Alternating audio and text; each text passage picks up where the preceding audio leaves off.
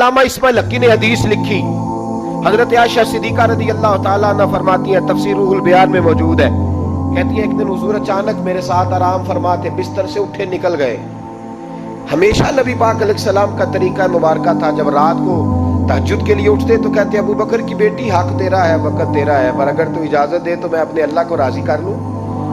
آج حضور نے پوچھا ہی نہیں، بستر سے اٹھے چلے گئے۔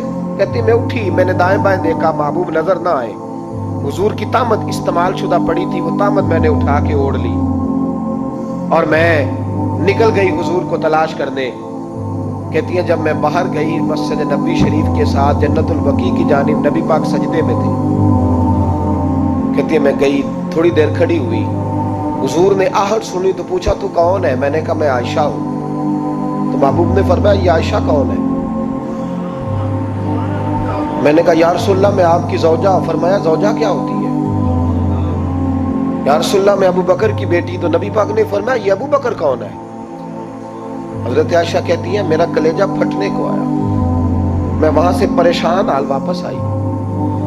جب میں گئی تھی تب بھی ہلکی ہلکی بارش تھی، واپس لوٹی تو پھر بھی ہلکے ہلکے قطرے بارش کے گر رہے تھے۔ میں آ کے ہامتی کامتی بیٹھ گئی، تھوڑی دیر گزری تو نبی پاک تشریف لے آئے۔ تو حضور صلی اللہ تعالیٰ علیہ وسلم نے مجھے پریشان دیکھا تو کہا عائشہ کیا ہوا؟ کہا حضور آج وہ ہوا ہے جو کبھی نہیں ہوا۔ یا رسول اللہ میں پریشان ہو گئی۔ حضور عجیب بات ہے، میں گئی ہوں، آپ نے پوچھا کون ہے تو میں نے کہا میں عائشہ۔ کا عائشہ کون؟ آپ کی زوجہ۔ فرمایا زوجہ کون؟ ابو بکر کی بیٹی۔ کا ابو بکر کون؟ اور پھر حضور میں گئی ہوں تو میرے کپڑے بھیگ گئے، آپ آئے ہیں تو کپڑے خشک ہیں، سمجھ نہیں آئی۔ تو لفظ سنو حدیث کے، نبی پاک نے فرمایا عائشہ لی مع اللہ وقت، میرا اپنے اللہ کے ساتھ ایک وقت ہوتا ہے۔ کس کے ساتھ؟ آج میرا دوستوں کے ساتھ وقت ہے، آج میرا گھومنے کا وقت ہے، آج میرا خوش گپیوں کا وقت ہے، آج میرا سیاحت کا وقت ہے، آج میرا پکنک کا وقت ہے۔ میرے نبی پاک نے فرمایا لی مع اللہ وقت، عائشہ میرا اپنے اللہ کے ساتھ، میرا اپنے اللہ کے ساتھ ایک وقت ہوتا ہے۔ اس وقت نہ وہاں کوئی فرشتہ آ سکتا ہے، نہ کوئی نبی اور مرسل آ سکتا ہے۔ جب فرشتہ اور نبی نہیں آ سکتے تو عائشہ اور ابو بکر کیسے آ سکتے ہیں؟ تو کہا یا رسول اللہ پھر وہاں ہوتا کون ہے؟ تو حضور فرمانے لگے ایک میں ہوتا ہوں، دوسرا میرا رب ہوتا ہے، تیسرا کوئی موجود نہیں ہوتا۔ امت کو درس دیا ایک وقت 24 گھنٹوں میں ایسا لایا کر جس میں تو اپنے رب کو دکھڑے سنائے، جس میں تو دعائیں مانگے، جس میں تو عرض و نیاز کرے، جس میں تو اپنے گناہوں کی معافی چاہے۔ اعلیٰ حضرت کے والد گرامی سے کسی نے پوچھا، مولانا نقی علی خان صاحب سے، کہ حضرت جی فرعون 500 سال ہی حکومت کر گیا، 500 سال ہی حکومت کر گیا، اللہ کا مقابلہ کرنے والا پکا کافر بے ایمان۔ تو آپ فرمانے لگے ملا رومی کی وہ کتاب پڑھو مثنوی، جس میں انہوں نے لکھا ہے کہ جب ساری دنیا سو جاتی تھی تو فرعون اٹھ کے مصلے پہ بیٹھتا تھا، کہتا تھا یا اللہ معاف کر دے، رب تو ہی ہے، گناہگار بڑا ہوں پر مہربانی کر۔ روز معافیاں مانگتا تھا تو رب کریم کی قدرت نے مہلت دی کہ روز توبہ کرتا ہے، چلو ایک دن سچی بھی کاری جائے تو اچھا ہے، اللہ نے مہلت دی۔ اور میرے بھائی اگر تو روز رات مصلے پہ بیٹھے تو تجھے مہلت ملے، عذاب نہ آئے۔ اگر تو اپنے رب کے ساتھ تنہائی کرے تو اللہ تجھے مہلت دے، سزا نہ دے۔ لیکن ہم یہ وقت نکالتے ہی نہیں، اللہ کے ساتھ میت کا ہمارا مزاج ہی نہیں۔ ترمذی شریف میں نبی پاک علیہ السلام نے فرمایا دنیا داروں کو دکھڑے نہ سنایا کر، مالداروں کے سامنے رونے نہ رویا کر، یہ تجھے کیا دے سکتے؟ تو اٹھ کے جائے گا تو کہیں گے محنت کرتا نہیں، روز مانگنے آ جاتا ہے۔ دنیا داروں کو دکھڑے نہ سنا، پر میں دکھ سنا تو اپنے رب کو سنا، اللہ والوں کو سنا، اللہ کے نبی کو سنا۔ اس سے مراد یہ سارے کہا دکھڑے اپنے رب کو سنا۔ اگر تو اپنے رب کو دکھڑے سنائے گا تو تھوڑی دیر ضرور ہوگی، لیکن ایک دن ایسا ضرور آئے گا، میرے مصطفیٰ کریم فرماتے ہیں رب تجھے دنیا سے بے نیاز کر کے مالا مال فرما دے گا۔ دھوکے کا مزاج نہ بنا، کینچی لے کے نہ گھوم کے کیسے جیب کاٹ سکتی، اللہ کو دکھڑے سنا۔ حضرت عائشہ عرض کرنے لگی حضور چلے یہ تو سمجھ آ گئی، لیکن بارش مجھ پہ پڑی آپ پہ پڑی نہیں، تو کہا عائشہ تم نے اڑا کیا تھا؟ کہا حضور آپ کی طامت۔ فرمایا بارش کوئی نہیں تھی، جب تو نے میری طامت لی تو خدا کی رحمتیں تم پر برسنے لگ گئی۔ تو حضور کے وجود سے لگی ہوئی چیز کوئی اوڑھ لے تو رحمت برستی ہے، تو میرے نبی کی مسجد چومنے سے کیوں رحمت نہیں برستی؟ جالی چومنے سے کیوں نہیں برستی؟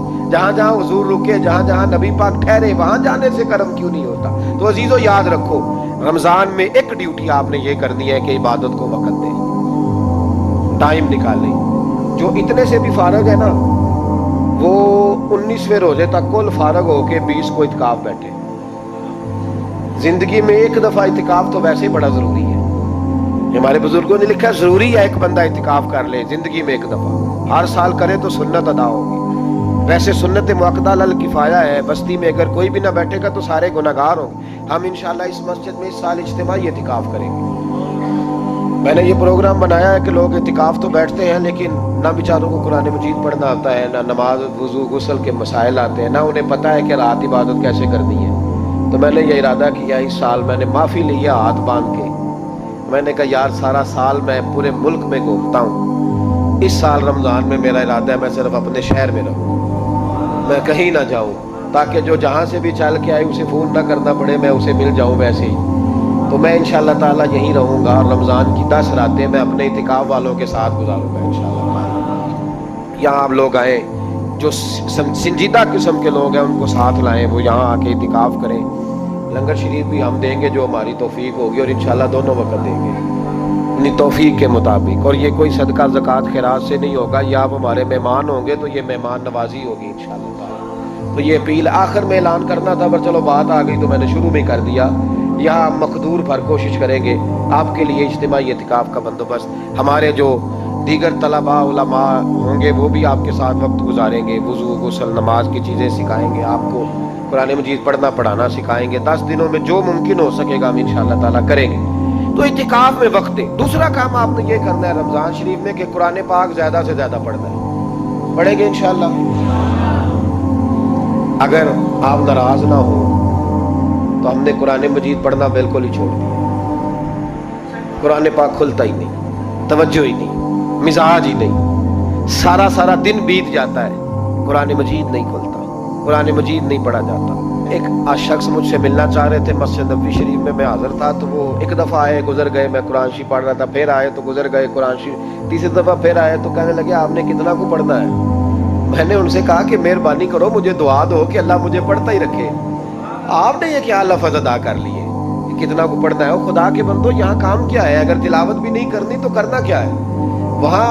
میں اکثر کہتا ہوں کہ چونکہ ہم تو مسیتڑ ہیں، ہمارا تو مزاج ہے مسجدوں میں رہنے کا، چونکہ عام لوگوں کا مزاج نہیں ہوتا تو وہاں بھی بازاروں کو ٹائم زیادہ دیتے ہیں، خریداری میں وقت زیادہ لگاتے ہیں۔ اگر ہماری طبیعت مسجد میں بیٹھنے کی ہو، قرآن پاک پڑھنے کی ہو تو بڑا ذوق بن جائے۔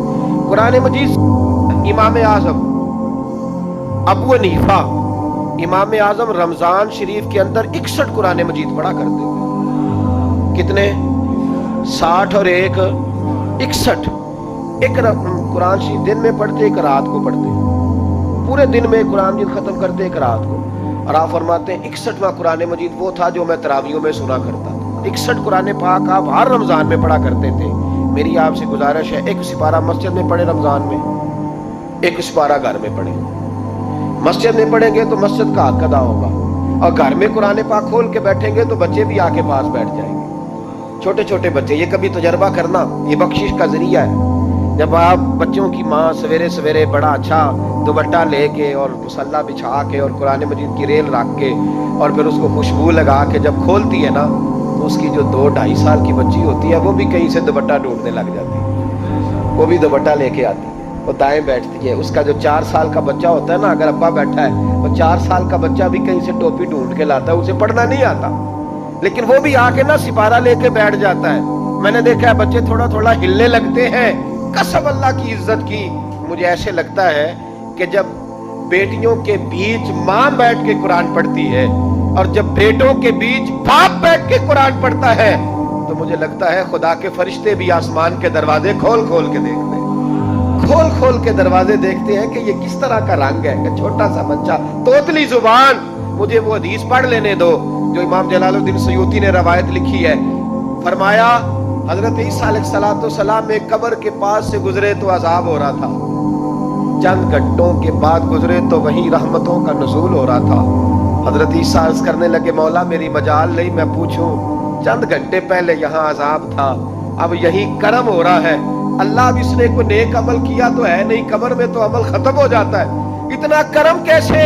تو رب کریم نے فرمایا موسیٰ بندہ بڑا گناہگار تھا, پاپی تھا, سزا کا حقدار تھا, پر جب انتقال اس کا ہوا تو بیوی اس سے پہلے حاملہ تھی, اس کے انتقال کے 2-4 مہینے بعد بچہ پیدا ہوا, پھر اس بیوی نے بچہ پالا, آج 4.5 سال کا بچہ مکتب گیا ہے, استاد نے بسم اللہ شریف پڑھائی ہے, اس کے بچے نے توتلی زبان پہ کہا بسم اللہ الرحمن الرحیم, تو مجھے حیا آئی ہے کہ اس بیچارے کو ابھی لفظ نہیں ادا کرنے آتے, زمین پر بیٹھ کر یہ توتلی زبان سے مجھے رحمان اور رحیم کہے اور میں اس کے باپ کو سزا دوں, بس بچے نے ایک دفعہ بسم اللہ پڑھی ہے, میں نے باپ کے سارے گناہ معاف فرما دی, مہربانی کرو. ایک سپارہ گھر میں, ایک سپارہ مسجد میں, یہ ضرور آپ نے روٹین بنانی ہے. مسجد میں پڑھیں گے تو مسجد کا حق ادا ہوگا, گھر میں پڑھیں گے تو بچے بھی پڑھیں گے. اور تیسرا سپارہ وہ ہے جو آپ نے تراویح میں سننا ہے. کتنے سپارے ہو گئے ایک دن میں؟ 3. تو رمضان میں کل کتنے ہو گئے؟ 3 قرآن پاک. کتنے قرآن پاک جی؟ 3 قرآن مجید, ایک سپارہ دن میں, ایک رات میں, تو آپ کا 10 دن کے اندر انشاءاللہ قرآن پاک ختم ہو جائے گا. کریں گے انشاءاللہ.